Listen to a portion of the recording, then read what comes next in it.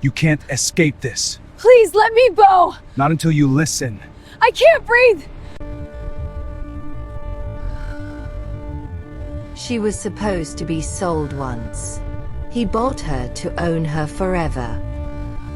The fluorescent lights of the basement flickered like dying stars as Elena Moretti was shoved forward, her bare feet scraping against cold concrete. The zip ties cut into her wrists, and the thin silk slip they'd forced her into did nothing to shield her from the hungry eyes watching from the shadows. "Please," she whispered to the guard dragging her. "There's been a mistake. My father. Your father sold you to cover his debt." The guard's voice was flat, bored. $2 million in gambling losses to the Volkov family. You're the payment. Elena's stomach dropped. $2 million. Her father had promised he'd stopped. Promised the addiction was behind him. She'd believed him like a fool. The auction room opened before her, a converted warehouse dressed up with velvet curtains and champagne. But nothing could hide what this was, a meat market. Women in cages lined one wall, some crying, some silent with dead eyes. Men in expensive suits lounged on leather sofas, discussing human beings like they were discussing stock portfolios. "Lot 17, a voice announced over the speaker. Elena Moretti, 23 years old. University educated. No prior sales." The crowd murmured with interest. Elena was dragged onto a raised platform, spotlights blinding her. She tried to cover herself, but the guard yanked her arms down. Starting bid, 50,000. 50,000. A man with gold teeth called out, leering. 75. Another voice, older, crueler. Elena's eyes darted around the room, searching for an exit, for anything. That's when she saw him. He sat in the back corner, separated from the crowd by an invisible barrier of fear. Everyone gave him space. He wore a black suit that probably cost more than her father's debt, and his face. God, his face was beautiful in the way a blade was beautiful. Sharp, cold, dangerous. His eyes were winter itself, pale gray, almost colorless. They locked onto her with an intensity that made her breath catch. He hadn't bid yet. Wasn't even looking at the auctioneer. Just watching her. 100,000. The gold-toothed man again. 125. A woman this time, her laugh sharp as glass. The beautiful man in the corner lifted one finger. Just one. The auctioneer went pale. $5 million from Mr. Constantine. The room fell silent. 5 million. For her father's $2 million debt. No one else bid. No one even breathed. Sold, the auctioneer whispered. Lot 17 to Nikolai Constantine. Elena fought every step to the car. She bit, scratched, screamed until her throat was raw. The guards didn't fight back. They just held her blank-faced, until she exhausted herself.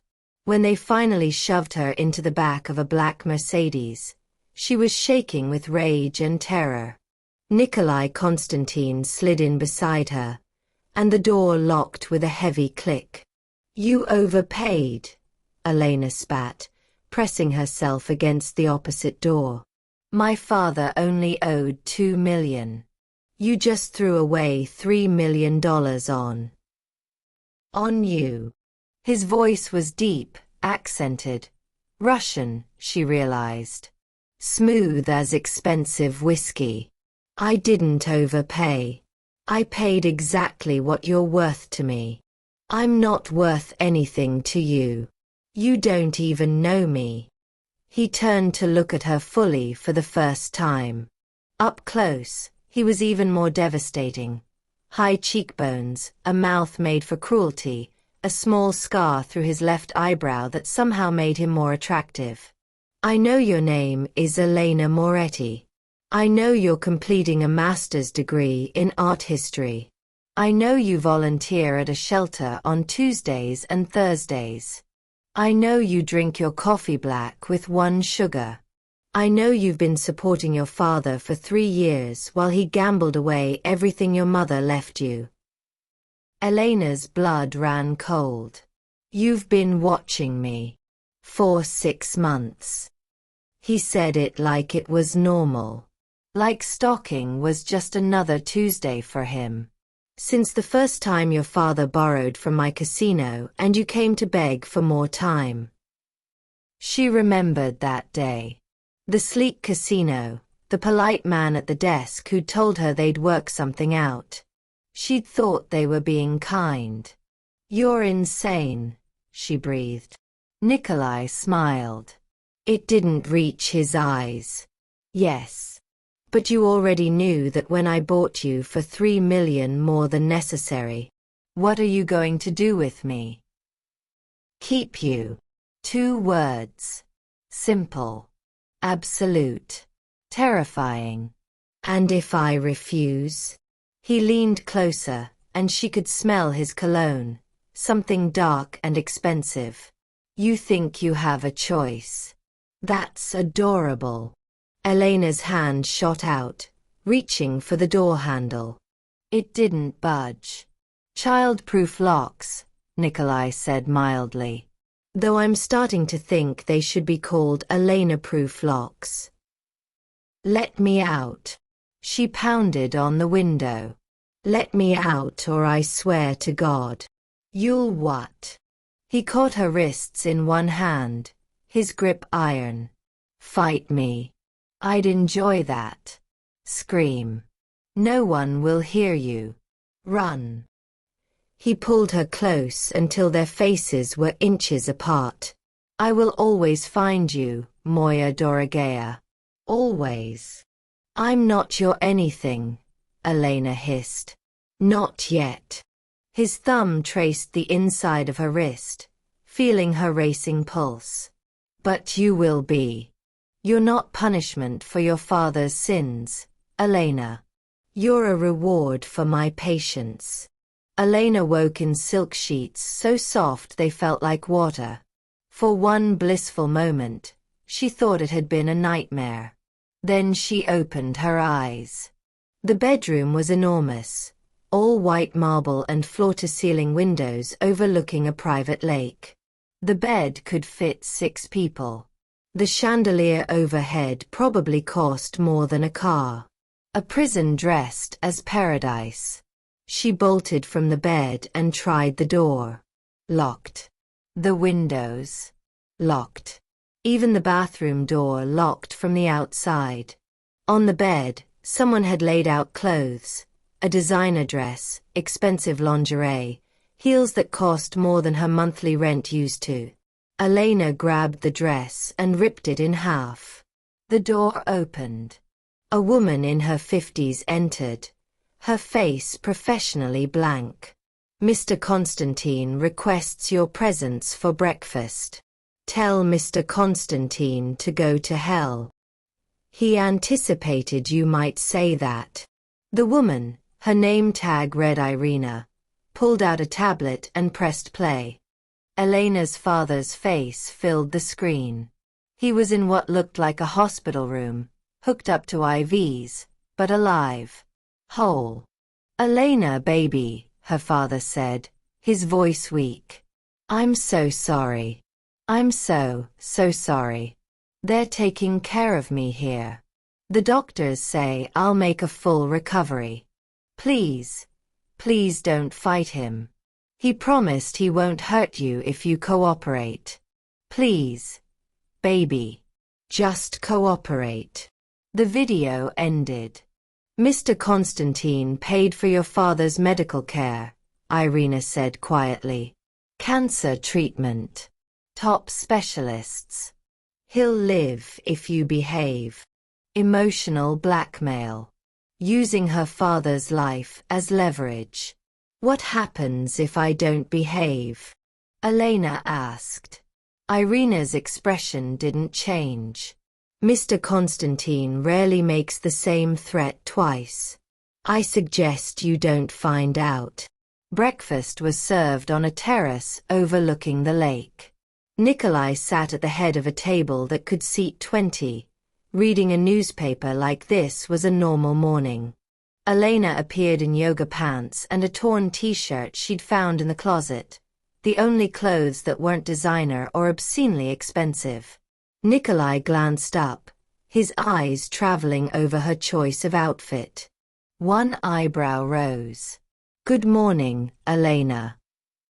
She sat at the opposite end of the table, as far from him as possible. You're holding my father hostage. I'm keeping him alive. There's a difference. He turned a page of his newspaper. Eat. I'm not hungry. You haven't eaten in 20 hours. Eat. Make me. He set down the newspaper with deliberate care. Rule number 1. You will eat properly, sleep properly, and take care of your health. If you don't, I will have the staff force feed you through a tube. Don't test me. Elena's hands clenched into fists. What are the other rules, Master? Rule number 2. No phone. No internet. No contact with the outside world unless I approve it. Of course. Rule number 3. You don't leave the grounds without me or my head of security, Victor. So I'm a prisoner. You're protected. There's a difference. Stop saying that. Elena slammed her hand on the table. Stop pretending this is anything other than kidnapping. I bought you legally at an auction you were sold to legally, Nikolai said calmly. The law doesn't care about you, Elena. I do. That's the difference. You don't care about me. You don't even know me. I know you're terrified but too proud to show it.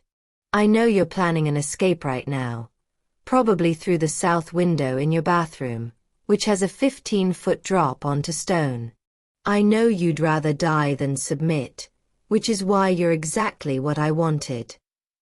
He stood, buttoning his suit jacket. Rule number 4. In public, you smile. You hold my hand. You play the part of my willing companion. Defy me in private all you want, but in front of others, you are mine. Understood. And if I don't, then people will ask questions.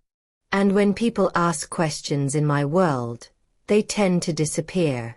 I'd hate for your father's doctors to start asking questions about their funding. Elena felt tears of rage prick her eyes.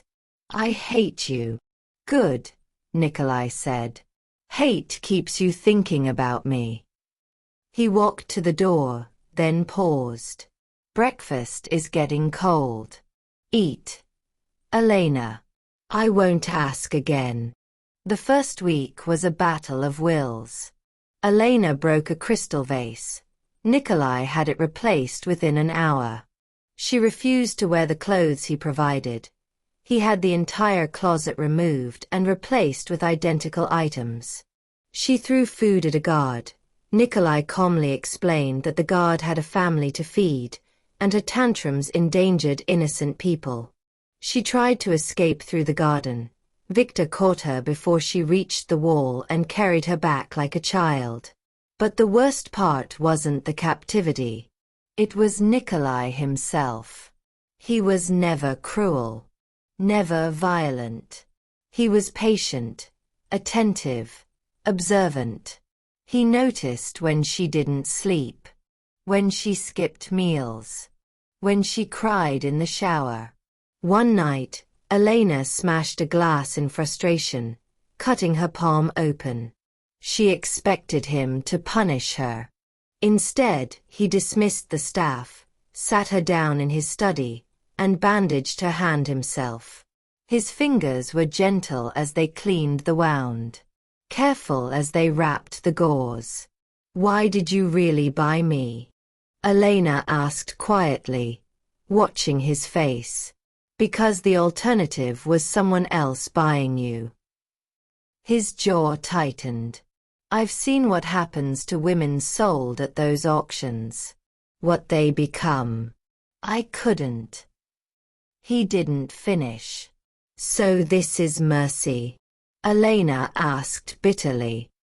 "Being your prisoner instead of someone else's?" "No." He tied off the bandage and finally met her eyes. "This is selfishness. I wanted you, so I took you. Don't mistake this for kindness, Elena. I'm not a good man." "Then what are you?" "A monster who's decided you're mine to protect." He stood, putting distance between them. "Even from myself, if necessary." 3 weeks into her captivity, Elena discovered the locked room. It was on the 3rd floor, at the end of a hallway she wasn't supposed to access. But Victor had been called away, and Irina was busy, and Elena was desperate to feel like she had any control. The door was heavy oak with a modern electronic lock. She expected it to be impenetrable. But when she touched it, it swung open, unlocked, almost like she was meant to find it. The room inside was frozen in time. A young man's bedroom, video games, posters, trophies. But dust covered everything, and the photos on the walls were yellowed with age. All the photos showed the same 2 boys. One was unmistakably Nikolai, maybe 16 years old, actually smiling. The other was younger, lighter-haired, with the same pale gray eyes. Brothers. On the desk, Elena found a framed photo, both boys with their arms around each other, laughing. Written on the back, "Nikolai and Alexei, summer 2010. That was taken 3 months before he died. Elena spun around. Nikolai stood in the doorway, his expression unreadable. "I didn't mean to," she started. "Yes, you did." He walked into the room, his fingers trailing over dusty surfaces. "You've been looking for leverage. For something to understand me. Congratulations. You found it." "Who was Alexei?" "My younger brother." Nikolai picked up a baseball trophy. "He was 17 when my father's enemies took him. They sent him back piece by piece over 3 days." Elena's stomach turned. "God, Nikolai. I was supposed to protect him." His voice was emotionless, flat. "I was the older brother. I was supposed to keep him safe. Instead, I was at university, pretending I could have a normal life, and he paid for my arrogance. It wasn't your fault. Wasn't it?" He turned to her, and for the first time, she saw real emotion in those cold eyes. Grief, rage, guilt. "I knew what our family was. I knew the dangers. But I wanted out. I wanted to be someone else. So I left him alone, and they took him." "What happened to the people who killed him?" Nikolai's smile was terrible. "I found every single one. It took me 4 years. I made sure each death lasted longer than the one before." Elena should have been horrified. She was horrified. But she also understood something crucial. Nikolai Konstantin wasn't just a monster. He was a monster grief had made. "Is that why you bought me?" she asked softly. "To protect me the way you couldn't protect him?" "I bought you because when I first saw you, begging for your worthless father's life, I saw something I thought I'd killed when Alexei died." He stepped closer. Hope. Light. Something worth protecting. I'm not your redemption, Nikolai. No, he agreed. But you might be the only thing standing between me and becoming the thing I hunt. Before Elena could respond, Victor appeared in the doorway, his face grave. Sir. We have a problem. The security room was filled with monitors showing every angle of the estate. Nikolai stood before them, his entire body radiating controlled violence. Explain, he said softly. Victor pulled up footage from that afternoon. Someone disabled the east perimeter cameras for 47 seconds. Long enough for this. He zoomed in on a grainy image of a man in black placing something against the wall. A listening device, Nikolai said. They're inside my organization. It gets worse. Victor pulled up financial records. Someone's been moving money. Small amounts, but consistent. They're funding something. Who has access to these accounts? Only your inner circle, sir. Dmitri, Anton, Sergei, and Yuri. Elena watched Nikolai's face carefully. She'd learned to read his micro-expressions. The slight tightening around his eyes meant fury. The way his jaw shifted meant he was calculating. Call them all in, Nikolai said. Tonight. Tell them it's urgent business. Sir, if one of them is the traitor, then I'll know by morning. He turned to Elena. You need to go back to your room. No. Every man in the security room turned to stare at her. This doesn't concern you, Nikolai said, his voice dangerously quiet. You just told me I'm something worth protecting. But I'm not a doll to be locked away.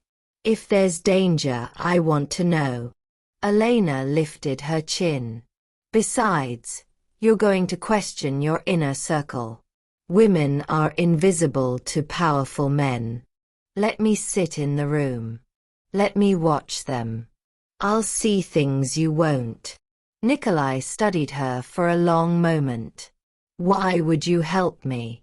Because whoever's betraying you put that listening device near my bedroom window, Elena said. Which means they're watching me too. It was a lie. The device had been nowhere near her window. But she'd learned Nikolai responded to logic more than emotion. And she wanted to see him work. Wanted to understand the monster she was chained to. Fine, Nikolai said. But you follow my rules exactly. Understood. Elena nodded. The meeting took place in Nikolai's private study at midnight. His four most trusted men sat in leather chairs, drinking whiskey, unaware they were being tested.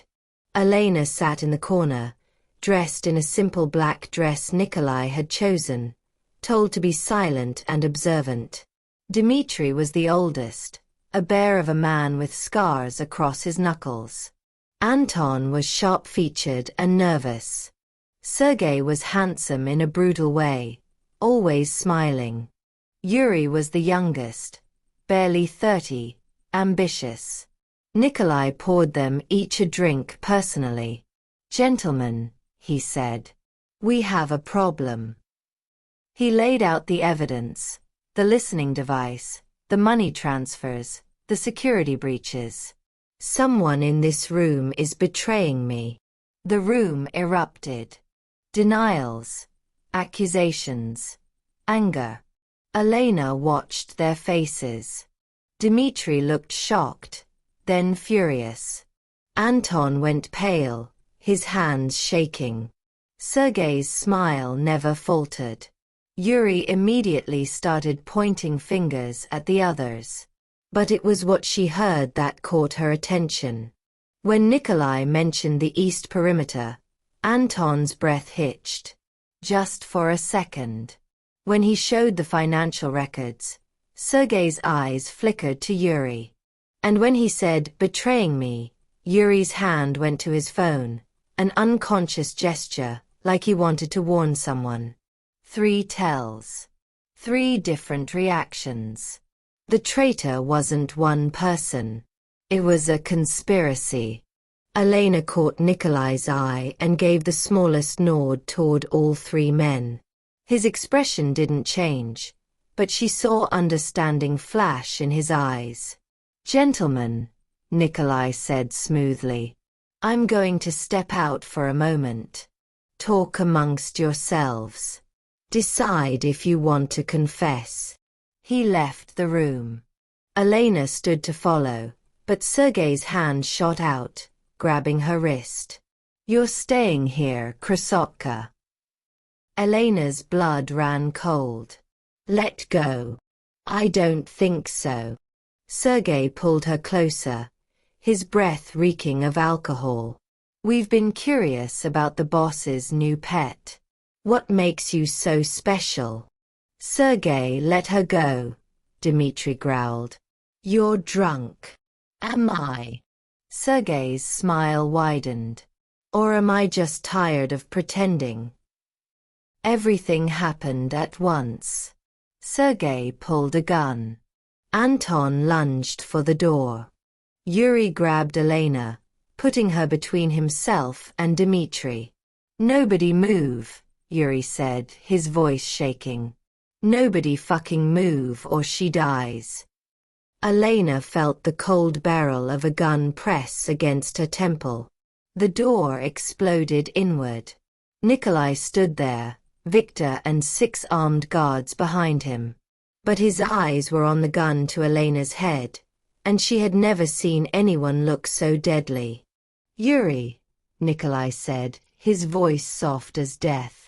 You have 3 seconds to take that gun away from her head. Or what? Yuri's laugh was hysterical. You'll kill me. We're all dead anyway. Volkov knows you're weak now. He knows you've got a weakness. He dug the gun harder into Elena's skin. Her. Volkov, Nikolai repeated. My uncle sent you. He sent all of us. Anton screamed from near the door. Your time is over, Nikolai. The old guard is taking back control. Volkov wants the territories you took from him, Sergei added, his gun trained on Dmitri. And he wants you to suffer first. What better way than through your new obsession? Elena's mind raced. Volkov. Nikolai's uncle. A power play within the family. Let her go, Nikolai said. This is between us. No. Yuri's hand was shaking. She's our way out. We walk out of here with her, or... Elena slammed her head backward into Yuri's face. The gun went off. Pain seared across her shoulder as she dove to the floor. Then hell erupted. Nikolai moved like violence incarnate. He shot Yuri in the knee, the shoulder, then the hand holding the gun. Precise, brutal, meant to cause maximum pain. Anton tried to run. Victor tackled him. Sergei fired twice. Both shots went wide as Dmitri crashed into him. In 15 seconds, it was over. 3 traitors on the floor, bleeding but alive. Nikolai was kneeling beside Elena, his hands frantically checking her wound. It's just a graze, she gasped. I'm okay. You're not okay. You're bleeding. You're... His hands were shaking. The great Nikolai Konstantin, terrified for the first time in years. You could have been killed. But I wasn't. Elena caught his face, making him look at her. I'm alive. You're alive. We're okay. For a moment, they just stared at each other.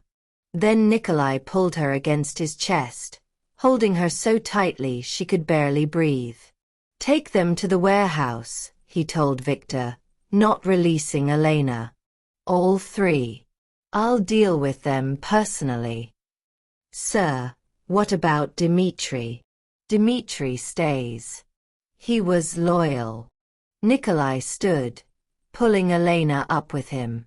As for Volkov, his smile was terrible. It's time my uncle learned what happens when you touch what's mine. Elena wasn't allowed to witness the interrogations, but she heard the screams. The warehouse was a quarter-mile from the mansion, but sound carried across the lake at night. She sat in her bedroom, unlocked now she noticed, listening to men beg for mercy. Mercy that never came. By dawn, the screaming had stopped. Nikolai appeared in her doorway at sunrise, covered in blood that wasn't his. Elena should have been terrified. Should have run. Instead, she found herself asking, "Are they dead?" "Yes." He said it without emotion.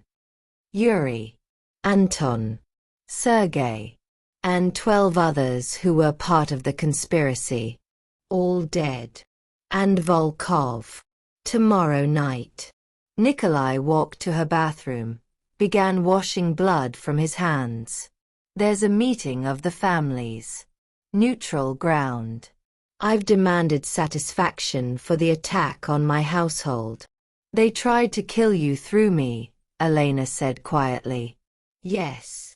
Because I'm your weakness. Nikolai turned off the water, grabbed a towel. Because they think you are. There's a difference. Is there? Elena stood, walking to him. You slaughtered 13 men tonight because one of them put a gun to my head. That sounds like weakness to me. That was justice. That was obsession. He dropped the towel, closing the distance between them in 2 strides. Yes. It was. Are you happy now? You've seen what I am. You've seen the monster. His hands gripped her arms. I killed them slowly, Elena. I made them beg. I made them scream. I enjoyed it. I know. And you're still standing here. Elena didn't have an answer for that. When had she stopped being terrified? When had the cage started feeling like safety? Tomorrow night, Nikolai said quietly. I'm going to walk into a room full of enemies and settle this with Volkov. One way or another, it ends. And if you don't walk out, Victor has instructions. Money for your father's care. A new identity for you. Enough to disappear completely. I don't want to disappear, Elena heard herself say. I want. What? He leaned closer. What do you want, Elena? I want to understand why. Her voice broke. Why you're like this. Why you want me. Why I don't hate you as much as I should. Because you see me, Nikolai said. You see the monster, but you also see the man who still keeps his brother's room exactly as it was. The man who pays for your father's cancer treatment.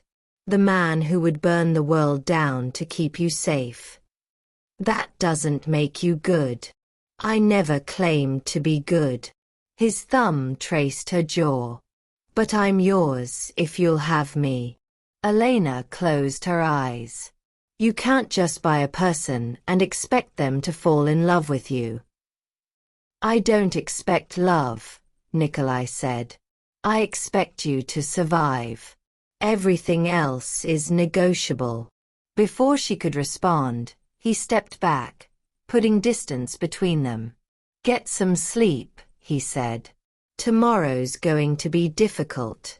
Elena didn't sleep. Instead, she explored the mansion properly for the first time. The doors were all unlocked now. She wandered through luxury that bordered on obscene, art worth millions, furniture that belonged in museums. But in Nikolai's study, she found something different. A wall of photos. Not decorative art. Personal photos. There was young Nikolai with Alexei, both laughing. Their mother, beautiful and sad-eyed. Their father, stern and proud. A family before tragedy broke them. And then the photos changed. Nikolai alone at 20. His eyes already cold. Nikolai at 25, standing over a grave, Alexei's, she realized. Nikolai at 30, surrounded by men who feared him. The last photo was recent. Nikolai sitting in his car, and in the background, barely visible, Elena, leaving the library. He'd been watching her even then. Months before the auction. Before her father's debt became unpayable. He'd been planning this. I told you I was a monster. Elena didn't turn around. She'd known he was there. You've been stalking me for 6 months. Yes. You could have just asked me out. Nikolai laughed. A real laugh, rusty with disuse. Elena Moretti, would you like to have dinner with a Mafia kingpin who's killed more people than he can count? When you put it that way. Exactly. He moved to stand beside her, looking at the photos. I don't get normal, Elena. I gave that up when I chose revenge over redemption. But you. He touched her photo. You were light in a world of darkness. I couldn't look away. So you bought me.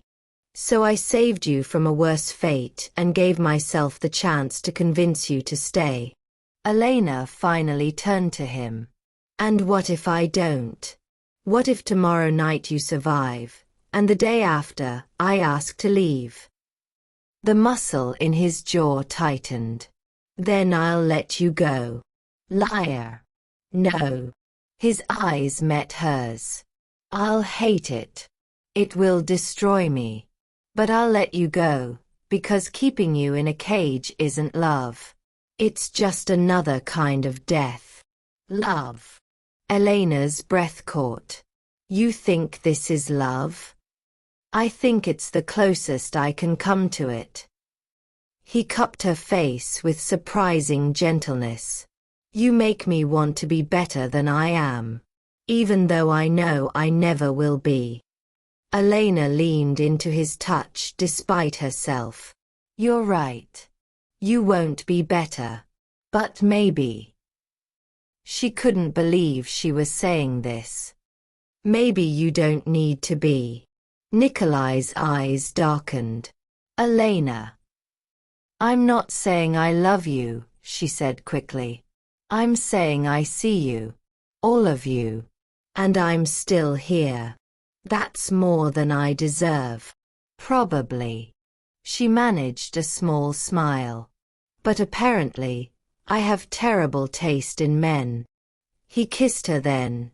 Not rough, not demanding. Soft, questioning, like she was something precious that might shatter. Elena kissed him back, tasting blood and whiskey and danger. This was insane. This was Stockholm Syndrome. This was wrong in every possible way. But God help her, it felt like coming home. The meeting of the families took place in a renovated church. Symbolic, Nikolai explained. Sacred ground where blood couldn't be spilled without consequences. Elena watched from a hidden alcove as the most powerful criminals in the city gathered. Victor stood beside her, armed and vigilant. You shouldn't be here, Victor muttered. Nikolai said I could watch. Nikolai isn't thinking clearly when it comes to you. Elena couldn't argue with that. Volkov arrived last, an older man with Nikolai's same pale grey eyes. He smiled when he saw his nephew, the expression not reaching his eyes. Nikolai. I heard about the unfortunate incident with your men. Unfortunate. Nikolai's voice could have cut glass. You sent them to kill me. I sent them to remind you that power requires respect.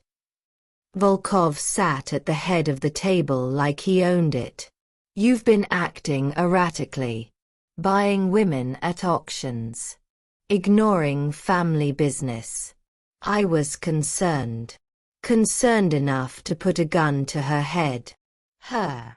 Volkov's eyebrows rose. The girl.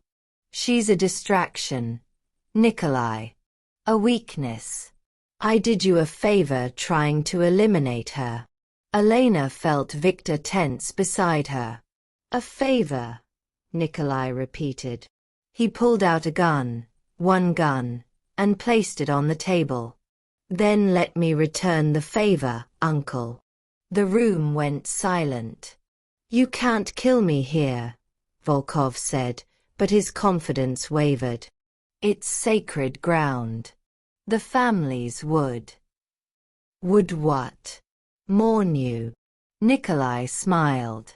You've been skimming profits for years. Making unauthorized deals. Trying to undermine me at every turn. The only reason you're still alive is because your family. And that means nothing to you? It meant everything, Nikolai said quietly. Until you threatened her. Now. He picked up the gun. Now you're just another problem to solve. You won't do it, Volkov said. You're not your father. You don't have his. The gunshot was deafening in the enclosed space. Volkov fell, clutching his shoulder, screaming. You're right, Nikolai said. I'm not my father. I'm worse. He pressed the gun to Volkov's temple. He would have made this quick. Nikolai, please. Did Yuri say please when he had a gun to Elena's head? Did Anton say please when he tried to run? Did Sergei say please when he grabbed her? Every word was punctuated by pressing the gun harder against Volkov's skull. You wanted to teach me about power? Nikolai's voice dropped to a whisper. Let me teach you about consequence. He pulled the trigger. The click was loud in the silence. Empty chamber. Volkov sobbed with relief.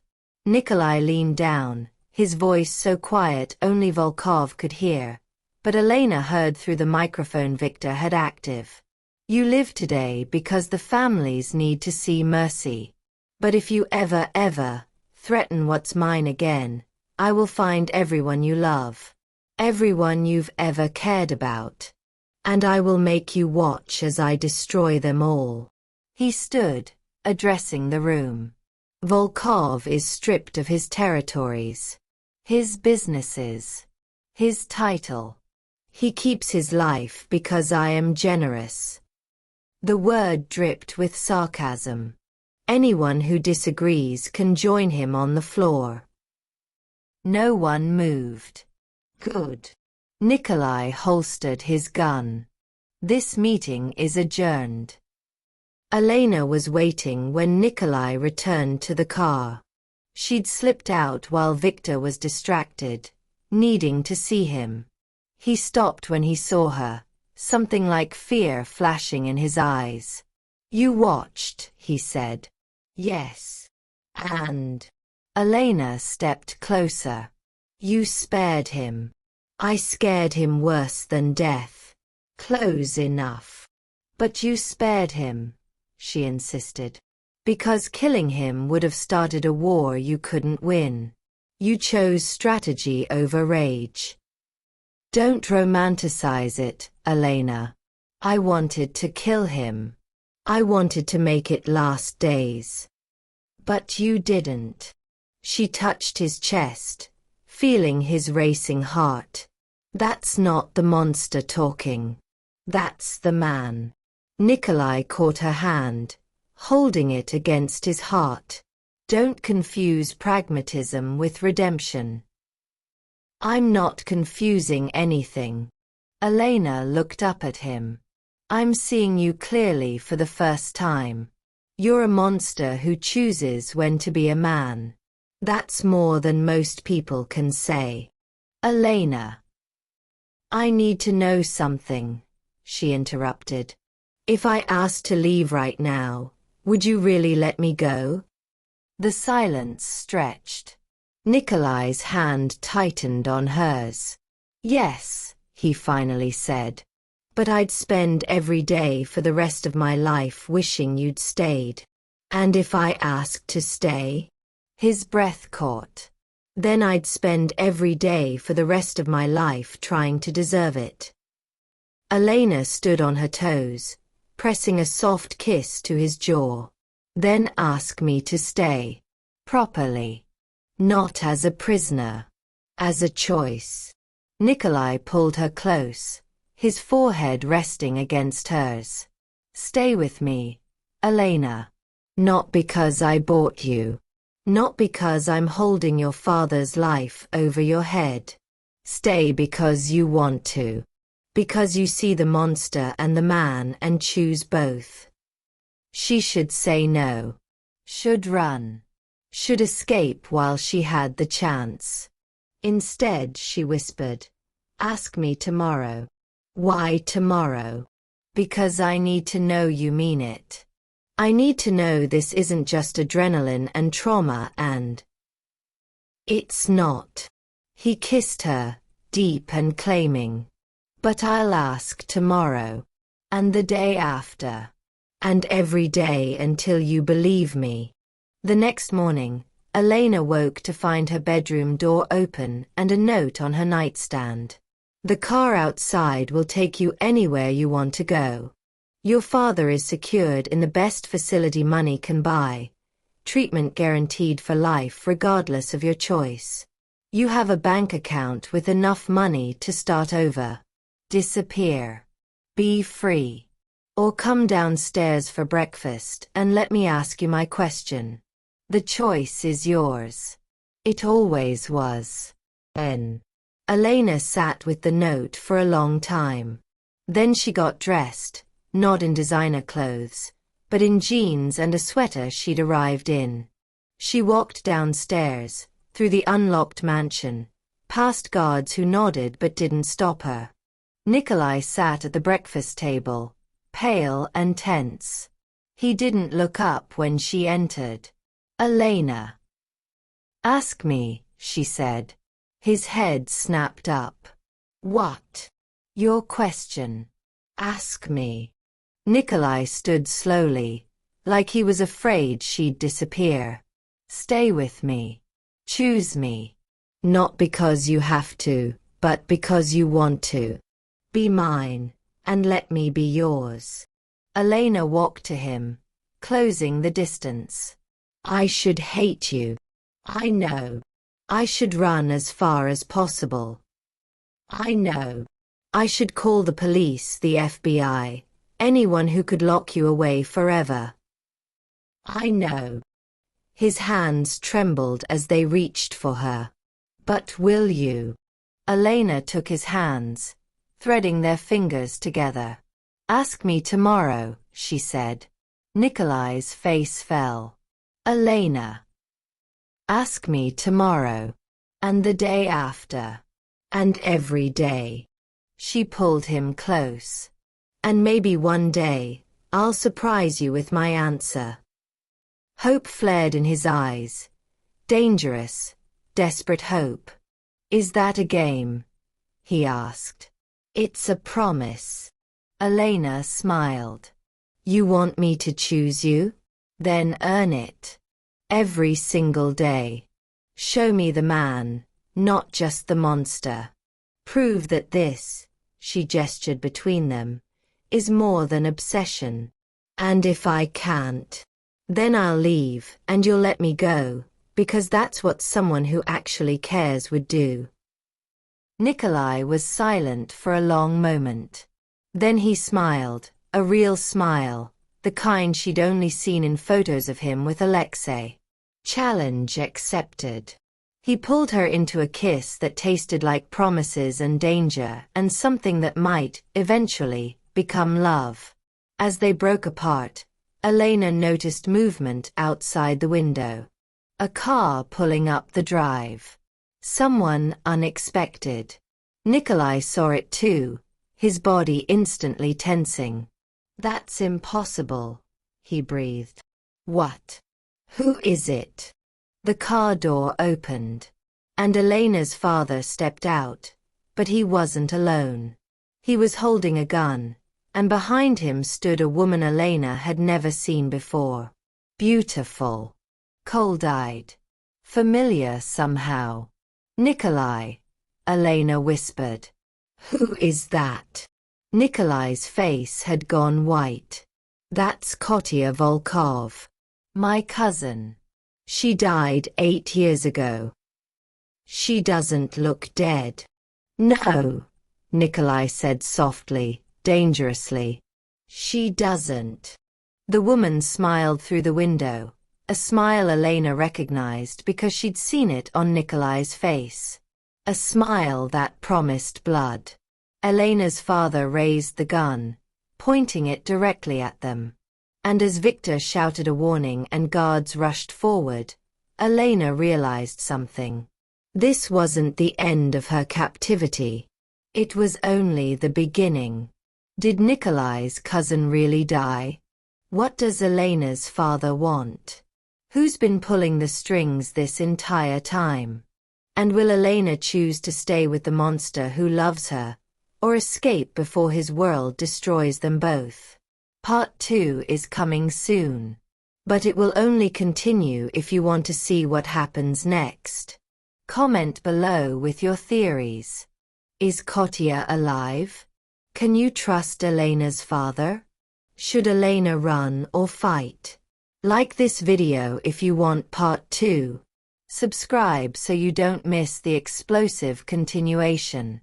Drop a part 2 in the comments if you need to know what happens next. The more engagement, the faster part 2 comes out. What will Elena choose? Freedom or the beautiful monster who would burn the world for her? Find out in part 2.